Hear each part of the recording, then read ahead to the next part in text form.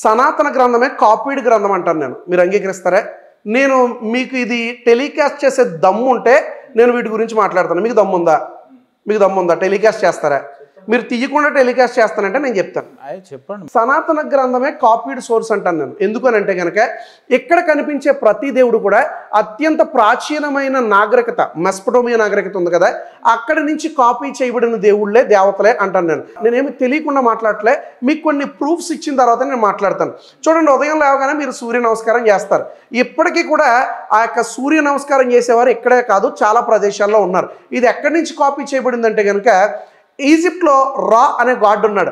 ఈ రా అనే గాడ్ ఎవరు అని అంటే కనుక ఆయన సూర్యదేవుడు. మీరు ఒకవేళ గూగుల్లో ఇమేజ్ కొడితే కనుక సూర్యదేవుడు అక్కడ ఎలా ఉంటాడో ఇక్కడ కూడా అదే రీతిగా ఉంటాడు. ఒక ఫాల్కన్ హెడ్ అంటే గద్ద తల అంటాం కదా, గద్ద తల పెట్టుకుని సూర్యుడు ఉంటాడు. ఇక్కడ కూడా అదే ఇమేజ్ ఉంటుంది.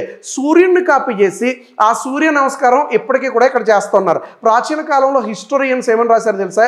ఆ ఈజిప్ట్లో చాలామంది లేవటమే వారు సూర్యునికి నమస్కారం చేసేవారు. సో సనాతన గ్రంథంలో ఉన్న సూర్యదేవుడు అక్కడి నుంచి కాపీ చేయబడ్డాడు అంటాను నేను. రెండోదిగా మీరు చూసినట్లయితే బాల్ అనేటువంటి ఒక దేవుడు ఉన్నాడు. ఆయన ఎద్దు తలను పెట్టుకుని ఉంటాడు. అలాగే ఇజ్రాయేలీలు వారు మొట్టమొదటిగా చేసుకున్న దేవత దేవుడు ఎవరంటే కనుక ఒక దూడను చేసుకున్నారు. ఆ దూడను చేసుకున్న తర్వాత వారు ఆరాధిస్తారు. మోషే కొండపైకి వెళ్తాడు. 10 ఆజ్ఞలు తేవడానికి లేట్ అవుతుంది. 40 రాత్రులు 40 పగళ్ళు అయిపోతుంది. వారు చింతించి భయపడిపోయి ఒక దూడను చేసుకుంటారు. నేను అంటాను కదా, అదే దూడని ఇక్కడ ఆవుగా మార్చుకుని మాకు గోమాత అని చెప్పుకుంటున్నారు అంటాను నేను. ఇప్పుడు సనాతన గ్రంథం కాపీ కాదని మీరు చెప్పగలుగుతారా? మీరు ఆలోచన చేసినట్లయితే ఇలా చెప్పుకుంటూ పోతే అనేక గ్రంథాలు, సనాతన గ్రంథాలు కాపీ చేయబడినాయి.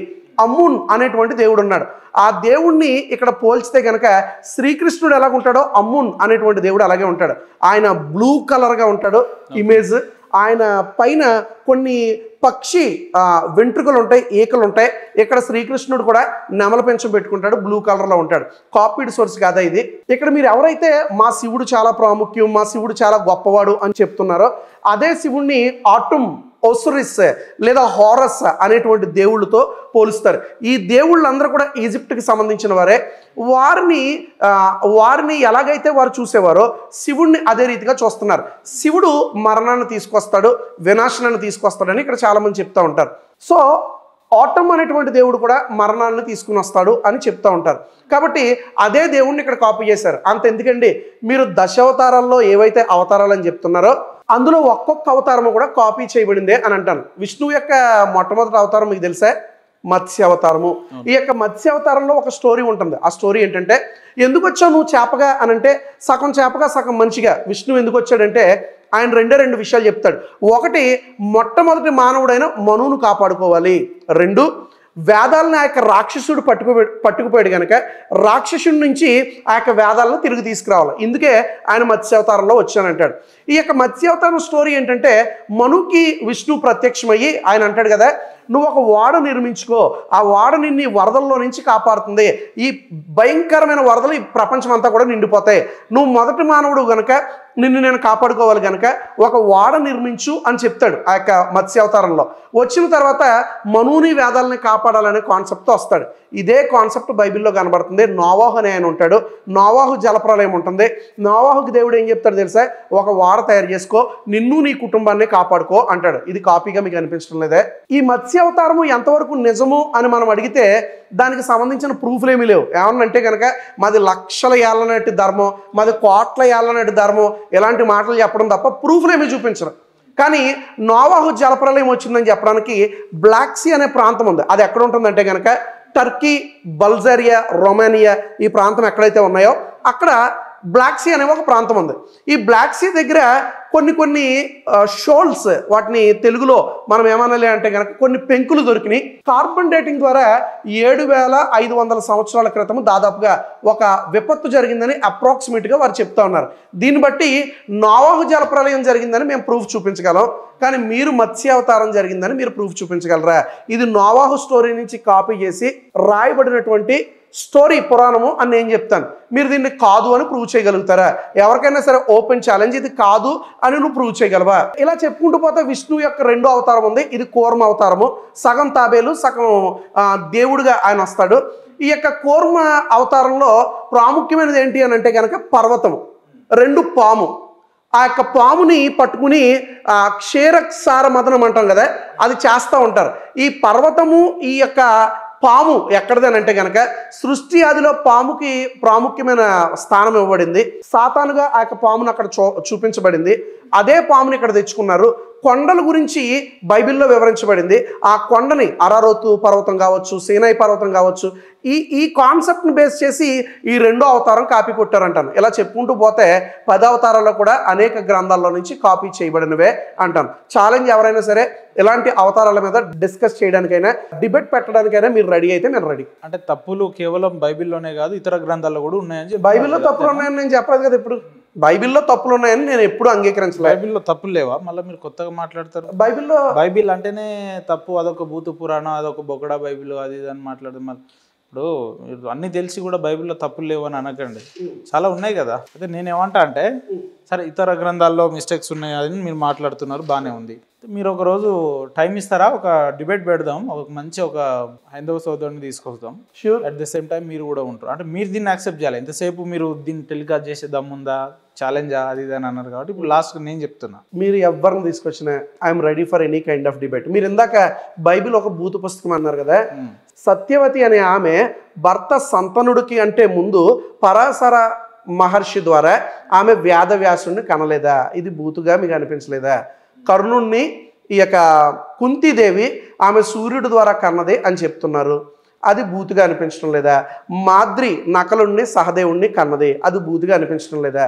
ఒకే ఆమెని 5 అన్నదమ్ములు పంచుకోవడం, ఇది మీకు భూతిగా అనిపించడం లేదా? నేను ప్రతి వీడియోలో కూడా చాలామంది ఏమంటున్నారంటే నువ్వు గ్రంథాన్ని విమర్శిస్తున్నావు అంటున్నారు. లేదు, ఎవరైనా ఏదన్నా మాట్లాడితే దానికి కౌంటర్ అవ్వడం మా బాధ్యత. ఆ కౌంటర్ మాత్రమే మేము ఇస్తున్నాం. అంటే ఇట్లా ఎన్ని రోజులు కంటిన్యూ చేస్తారు? మీరు ఆపే వరకు మేము ఆపం. ఎవరు ఆపుతున్నారు? ఎవరు మొదలు పెడతారు? చాలా మంది దీన్ని మొదలు పెట్టారు. వారు ఆపేస్తాం, మేము ఆపేస్తాం. మాకు ఎలాంటి సందేహం లేదు. మీరు ఏ సందర్భంలో మాట్లాడినా శివుడు గురించి చాలా తప్పుగా చాలా బీభత్సమైన కామెంట్లు చేశారు కదా. అంటే ఏంది దానికి ఉద్దేశం ఏంది? ఎందుకు అట్లా వేయాల్సి వచ్చింది? యాక్చువల్గా ఈ వీడియోను కొందరు మతోన్మాదులు కావాలని వారు దుష్ప్రచారం చేస్తున్నారు. నేను ఛాలెంజ్ చేస్తున్నాను, శివుడిని ఎక్కడైనా నేను దురాత్మ అన్నానా? లేకపోతే ఎవరైనా దేవి దేవతలను నేను దురాత్మ అన్నానా? క్రైస్తవ్యానికి నేను చెబుతూ ముగ్గు వేయకూడదు అని చెప్పాను. ముగ్గు గురించి నేను ఒక సాంస్క్రిట్ పదం నుంచి అది ఎక్కడి నుంచి ఉద్భవించిందని నేను చెప్పడం ప్రారంభించాను. ముగ్గును సంస్కృతంలో రంగవల్లిక అంటారు. రంగము అనగా వేదిక, వల్లిక అంటే తీగలతో అల్లినటువంటిది. రైట్? ఇదే విషయాన్ని ఎవరు చెప్పినా తప్పే కదా, ఒకవేళ తప్పైతే. సో నేను ఇప్పుడు ఒక వీడియో చూపిస్తాను, అందులో ఒక పెద్ద ఆయన ఏం చెప్తున్నాడో మనం విందాం. ఇల్లు శుభ్రంగా చీపురు కట్టతో తుడిచేసుకున్న తర్వాత ఇంటి ముందు మనం వేసేటటువంటి ముగ్గు మన ఐశ్వర్యానికి సంకేతం అని ఏం చెప్పుకున్నాం కదమ్మా. ముగ్గుని మనం ఏమని పిలుస్తాం? రంగవల్లి అని పిలుస్తాం. సుబ్రహ్మణ్య స్వామి వారి యొక్క ఒక భార్య వల్లీదేవి. సో ఇదే కాన్సెప్ట్ని ఆయన కూడా చెప్తున్నాడు. అయితే ఆయన డిఫరెంట్ ప్యాటర్న్లో చెప్తున్నాడు, డిఫరెంట్ ఫిలాసఫికల్ థాట్ని ఆయన పెడుతున్నాడు. ఇదే ముగ్గు కోసము నేను ఆరిజిన్ గురించి మాట్లాడుతున్నాను. ముగ్గు ఎక్కడి నుంచి ప్రారంభమైంది చాలామంది తెలియదు. ముగ్గు శివుణ్ణి ఉద్దేశించి పెడతారు. ఓ పరమశివుడా మా ఇంట్లోకి రా అని ఆహ్వానించడానికి ముగ్గు పెడతారు. అయితే ఈ విషయాన్ని చెబుతూ నేను ఏం చెప్పానంటే బ్లాక్ మ్యాజిక్ కోసం చెప్పాను. అంటే శుద్ర పూజలు ఉంటాయి కదా, శుద్ర పూజలకు సంబంధించిన వారు కూడా ఏమేస్తారు? ముగ్గేస్తారు. ఖచ్చితంగా ముగ్గు వేసి వారు దురాత్మలను ఆహ్వానిస్తారు. నేను చెబుతూ మీరు తెలియక ఒకవేళ శుద్ర పూజలకు సంబంధించిన ముగ్గులు ఏమన్నా పెడుతున్నారేమో, మీ ఇంటికి దురాత్మలు వస్తున్నాయని చెప్పినప్పుడు ఆ యొక్క బిట్ కట్ అయిపోయింది. ఎడిటింగ్ టీం వారు బిట్ కట్ చేశారు. దానికి నాకు ఎలాంటి సంబంధము లేదు. ఉద్దేశపూర్వకంగా నేనైతే శివుని దురాత్మ లేదు. శివుని దురాత్మ అంటే నాకు కలిసి వచ్చేది కూడా ఏమీ లేదు. అక్కడ ఒక సహోదరులు ఏమని అడిగారంటే ముగ్గు మేము వేయచ్చా అని అడిగారు. ఇదే డౌట్ సంఘానికి అందరికి వచ్చినప్పుడు నేను క్లారిఫికేషన్ ఇస్తూ ఆ వీడియోని నేను యూట్యూబ్లో అప్లోడ్ చేశాను. యూట్యూబ్లో అప్లోడ్ చేసేటప్పుడు ఎడిటింగ్ టీంకి నాకు ఎలాంటి సంబంధం ఉండదు. ఎడిటింగ్ టీంకి ఆ చిప్ వెళ్ళిపోయిన తర్వాత వారు ఏదైనా ఎడిట్ చేసుకుంటారు, వారు అప్లోడ్ చేస్తారు. మీ పర్మిషన్ లేకుండా అయితే అప్లోడ్ చేయరు కదా. మరి లేదు, నేను కొన్ని సందర్భాల్లో నా వీడియో నేను కూడా చూడను, నా వీడియోస్ నేను కూడా చూడను. అలా జరిగిందే ఆ వీడియో. అండ్ మోర్ ఓవర్ అది ఇప్పటి వీడియో కాదు, అది 1.5 year బ్యాక్ జరిగిన వీడియో. నేను ఇప్పుడు ఎవరినైతే చూపించానో ఆయన నాకంటే 3-4 సంవత్సరాల ముందే ఈ విషయాన్ని చెప్పాడు. ఒక ఫిలాసఫికల్ థాట్ని చెప్తా ఉన్నప్పుడు, ఒక ఇండియన్ స్కూల్ ఆఫ్ ఫిలాసఫీని చెప్తా ఉన్నప్పుడు ఆ యొక్క ఆరిజిన్ నేను తీసుకొచ్చి చెప్తున్నాను. అది దురాత్మలకు నేను ఆపాదించి దురాత్మలకు సంబంధించిన వారు కూడా, శుద్ర పూజలు చేసేవారు కూడా ముగ్గు వేస్తారు. అలాంటి ముగ్గులు మీరు వేయొద్దు, అది మీకు మంచిది కాదు అని చెప్పాను. అదే వీడియోలో నేను ఒక మాట ఉపయోగించాను, ముగ్గులు వేసుకోవడం ఆ హిందూ సహోదరుల యొక్క సాంప్రదాయం, వారు వేసుకుంటారు, వారి ఇష్టం అని కూడా నేను చెప్పాను. ఇవేమి వారికి పట్టకుండా ఎవడో ఒక దుర్మార్గుడు ఆ వీడియోని ఎడిట్ చేసి, ఈ లలిత్ కుమార్ అనేవాడు ఆ వీడియోని ఎడిట్ చేసి దాన్ని పెట్టేసరికి మిగతా వారు అందరూ కూడా మా శివుడిని ఎలాగన్నావు, మా శివుడిని ఎలాగన్నావు. వెరీ రీసెంట్గా నా పైన దాడి కూడా జరిగింది దీని మీద. దానివల్ల నా ఫింగర్ సరిగ్గా పనిచేయడం లేదు, నా లెఫ్ట్ ఐ కూడా అది చాలా కొంచెం ఇబ్బందిగా మారిపోయింది. నేను అన్ని చోట్ల బందోబస్తు వేసుకుని తిరగలేం. సరదాగా నేను టిఫిన్కి వెళ్ళినప్పుడు ఆ యొక్క కాకినాడలో నా పైన దాడి జరిగింది. సో అనవసరంగా దాని మీద మేము కేసు పెట్టాల్సి వచ్చింది. ఆ తర్వాత వారు చదువుకునే పిల్లలని తెలిసాక కేసుని వెనక్కి తీసుకున్నాం. ఇదే క్రీస్తు ప్రేమ అంటే. అనవసరంగా ఎవడో ఒక దుర్మార్గుడు చెప్పాడని మీ లైఫ్లు పాడు చేసుకోకండి తమ్ముళ్ళు. నేను ఒక్కటే మాట చెప్తాను, వాడు పబ్బం గడుపుకోవడం కోసం, వాడు ఫండింగ్ కోసం నన్ను, నా ఫ్యామిలీని లేదా ఇంకొకరి ఫ్యామిలీని తప్పుగా చూపెడతారు, లేదా వారు చెప్పిన మాటలను తప్పుగా చూపిస్తారు. మీరు అనవసరంగా మీ జీవితాలు పాడు చేసుకోవద్దు. మీకు దమ్ముంటే ఇప్పుడు ఆన్ రికార్డ్ మీరు చెప్పండి, జై శ్రీరామ్ అని అనండి మీరు. అంటే నిజమైన దేశద్రోహులు మీ క్రైస్తవంలో మిమ్మల్ని మీ రూపంలో చూస్తున్నాం మేము. ఇప్పుడు నేను అంటున్నా యాజ్ ఎ హిందూ, ఇప్పుడు నన్ను కాదు, నన్ను పక్కన పెట్టేయండి, హైందవ సోదరుని ఎవరిని తీసుకొచ్చి ఈ ప్లేస్లో కూర్చోబెట్టినా వాడు జై శ్రీరామ్ అంటాడు, జై యేసు అంటాడు, జై అల్లాహు అక్బర్ అంటూ జై ఖురాన్ అంటాడు, వాడు అన్ని అంటాడు. మీకేం నొప్పి అంటున్నా? ఎందుకు మీరు జై శ్రీరామ్ అంటే ఎంత ఫన్నీగా, చూడటానికి మేము చాలా పద్ధతిగా ఉంటాం, యేసు ప్రభువుని మేము నమ్ముతామని, లేదంటే ప్రతి ఆదివారాలు చర్చిలకు వెళ్తామని చెప్పి మీరు అక్కడ ఏం చేస్తారు తెలుసా? దేశద్రోహానికి కావాల్సిన లక్షణాలన్నీ నేర్చుకుంటున్నారని చెప్తాను నేను. రైట్, నేను కరెక్టే ఉన్నా. ఎందుకు దేశద్రోహులు అంటున్నా అంటే, మీరు ఈ దేశంలో నివసించి ఈ దేశంలో పండుతున్న పంటను తిని భారత్ మాతకు జై అంటారా, జై శ్రీరామ్ అంటారా, లేదంటే జై హిందుస్థాన్ అంటారా అన్నారు. మీరు ఇంత చదువుకుని కూడా, హైలీ ఎడ్యుకేటెడ్ అయ్యిండి కూడా ఇంత ఫూలిష్గా, ఇంత ఫన్నీగా మీరు ఎలా మాట్లాడుతున్నారో నాకు అర్థం కావట్లేదు. ఎందుకు ఈ మాట చెప్తున్నానంటే brother, let me clarify. Praise the lord చెప్తేనే నేను ఫూలు, మీరు జై శ్రీరామ్ అని చెప్పమని నేను అడిగితేనే నేను ఫూల్. అదే కదా మీ ఇంటెన్షన్? లేదు, మీరు దేశానికి కలిపారు శ్రీరాముడిని. దేశానికి శ్రీరాముడికి సంబంధం ఏంటి అంటే? ఇది భారతదేశం అండి. భారతదేశం అయితే శ్రీరాముడికి సంబంధం ఏంటండి? ఇక్కడ 80% రాముడు అనే కాదండి, ఎవరైనా కూడా. పోనీ మీరు శివుని ఆశయాలు వర్ధించాలి, మీరు భారత్ మాతాకి జై చెప్పమంటే నేను 100 సార్లు చెప్తాను, భారత్ మాతాకి జై చెప్పమంటే 1,00,000 సార్లు చెప్తాను. కానీ జై శ్రీరామ్ నేను ఎందుకు చెప్పాలండి? నాకేంటి సంబంధం? మీరు హిందూ, మీరు చెప్పుకోండి, నేను క్రిస్టియన్, ప్రైజ్ ది లార్డ్ చెప్పుకుంటాను. మీరు భారత్ మాతాకి జై చెప్పంటే నేను చెప్తాను. భారతదేశం లౌకిక దేశం, ఇక్కడ అన్ని మతాలు, అన్ని వర్గాలు, అన్ని సంస్కృతులు నివసించారు చెప్తారు. మీరే అంటారు కదా, give respect and take respect అంటాం మనం. ఆబ్వియస్లీ అంటే నేను మీ కంఫర్ట్ కోసం, మీ కన్వీనియంట్ కోసం నేను ప్రైజ్ ది లార్డ్ చెప్పినప్పుడు నన్ను కూడా గౌరవించే బాధ్యత మీ మీద ఉంటుంది కదా. వాడు ఏమైపోయినా ఏం సంబంధం లేదు, ఎవడేమనుకున్నా మాకు సంబంధం, ఏమైతే అని అంటే మీరు పంది తింటారా? అట్లా మాట్లాడారు. మీరు బీఫ్ తింటారా? మీరు ఆవు తింటారా? మీరు ఆవు తింటారా? ఆవు తినేవాడు ఉంటాడు, అతని ఇష్టం. మీరెవరండి ఫోర్స్ చేయడానికి ఆవు తినమని? ఇప్పుడు ముస్లిమ్స్ ఉన్నారు, వారు ఆవు తింటారు, వారి ఇష్టం అది. మిమ్మల్ని తినమంటానికి వారు ఫోర్స్ చేస్తే ఊరుకుంటారా? మా గోమాత అండి, ఆవు మేము తినమండి అని మీరు చెప్తారు కదా. శ్రీరాముడు మీరు జై కొట్టుకోండి, నన్ను ఎందుకు మీరు ఫోర్స్ చేస్తున్నారు? నేను ప్రైజ్ ది లార్డ్ మీకు చెప్పలేదు, నేను చెప్పను, నాకు అవసరం కూడా లేదు. మీరు జై శ్రీరామ్ చెప్పమని అడుగుతున్నారు. అయితే విషయం ఏంటి అని అంటే, ఇందులో గొప్ప అంశం ఏంటంటే కనుక, శ్రీరాముడిని భారతదేశాన్ని కలిపి శ్రీరాముకి జై కొట్టకపోతే మేము ఉగ్రవాదులు అంటారా? మీరు ఏంటంటే అసలు ఇందులో ఏం లాజిక్ ఉంది? శ్రీరాముడికి భారత్ మాతాకి అసలు సంబంధం ఏమైనా ఉందా? కేరళ చీఫ్ మినిస్టర్ ఒక ఆయన ఏమంటాడంటే కనుక, పినరయి విజయన్ ఆయన పేరు, కేరళ సీఎం ఆయన అజీముల్లా ఖాన్ అని 19th సెంచరీలో ప్రైమ్ మినిస్టర్ ఉన్నాడు. మరాఠా పేష్వర్ నానా సాహెబ్కి ప్రైమ్ మినిస్టర్ ఉన్నాడు. ఈయన మొట్టమొదటిగా భారత్ మాతాకి జై అని ఆయన మొట్టమొదటిగా కాయిన్ చేశాడంట. ఇప్పుడు ఆయన అడుగుతున్నాడు సంఘ పరివార వారిని, ఇప్పుడు కొడతారా మీరు భారత్ మాతాకి జై అని అడుగుతున్నాడు. ఎందుకంటే భారత్ మాతాకి జై పెట్టిందే ఒక ముస్లిం పెట్టాడట.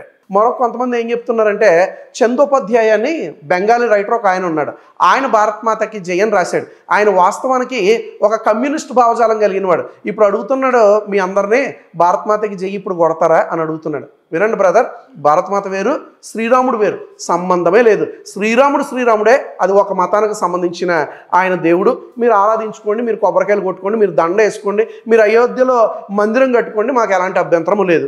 మేము భారతదేశంలో పౌరులం కనుక మీకు ఆధార్ కార్డు ఉంటే నాకు ఉంది, నన్ను దేశం నుంచి పొమ్మన్నారంటే మిమ్మల్ని కూడా దేశం నుంచి గెంటేసే హక్కు నాకు ఉంది. శ్రీరాముని అవమానించే విధంగా మాట్లాడారనుకో మీకు చాలా ఇబ్బంది అవుతుంది. శ్రీరాముని నేను ఎక్కడ అవమానించలేదే. గతంలో ఈ ప్లేస్ లోనే కూర్చున్నాడు మీ బ్రదర్ తెలుసు అనుకుంటా మీకు, అజయ్ బాబు గారు.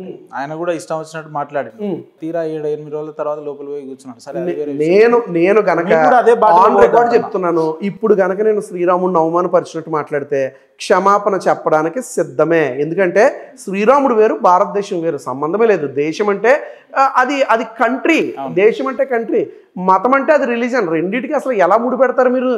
నేను జై శ్రీరామ్ చెప్పకపోతే దేశద్రోహిని ఎలాగవుతాను? అంటే ఇట్లా చెప్పడానికి కాన్సెప్ట్ ఏంటంటే భారతదేశంలో దాదాపు 80% పైగా హిందువులు ఉన్నారు కాబట్టి వాళ్ళ మతాల్ని మనం గౌరవించే బాధ్యత మనలాంటి వాళ్ళ మీద కూడా ఉంటది కాబట్టి అని చెప్తున్నాం. అంతే తప్ప మీరు ఇక్కడ ఉండాలంటే జై శ్రీరామ్ తప్పకుండా అనాల్సిందే అనే కాన్సెప్ట్ ఇక్కడ కాదు. మీరు చెప్పే డబ్బా మాటలు ఎలా ఉంటాయంటే కనుక బ్రదర్, మీ వాళ్ళు చెప్పే డబ్బా మాటలు ఎలా ఉంటాయంటే దేశంలో 80% హిందువులు ఉన్నారా? మీరు ఏమన్నా సెన్సెక్స్ ఏమన్నా చూసారా? ఏమన్నా తెలిసే మాట్లాడుతున్నారా మీరు? దేశంలో 80% హిందువులు ఉన్నారా? కుంభమేళాకి ఇన్ని కోట్ల మంది వచ్చేసారు, దేశంలో 80% హిందువులే ఉన్నారు. తర్వాత ఏమో మా యొక్క మహాభారతంలో ఆటం బాంబులు ఉన్నాయి, ఎవడో ఎక్కడో ప్లాస్టిక్ సర్జరీ చేస్తే మా శివుడు ఎప్పుడో ప్లాస్టిక్ సర్జరీ చేసేసాడు, మహాభారతంలో గొప్ప గొప్ప ఆటం బాంబులు గన్లలో ఉన్నాయి. ఇలాంటివన్నీ ఎందుకు? ఇవన్నీ లేని ఎందుకు చెప్పుకోవడం? ఉన్నో మాట్లాడుకుందాం.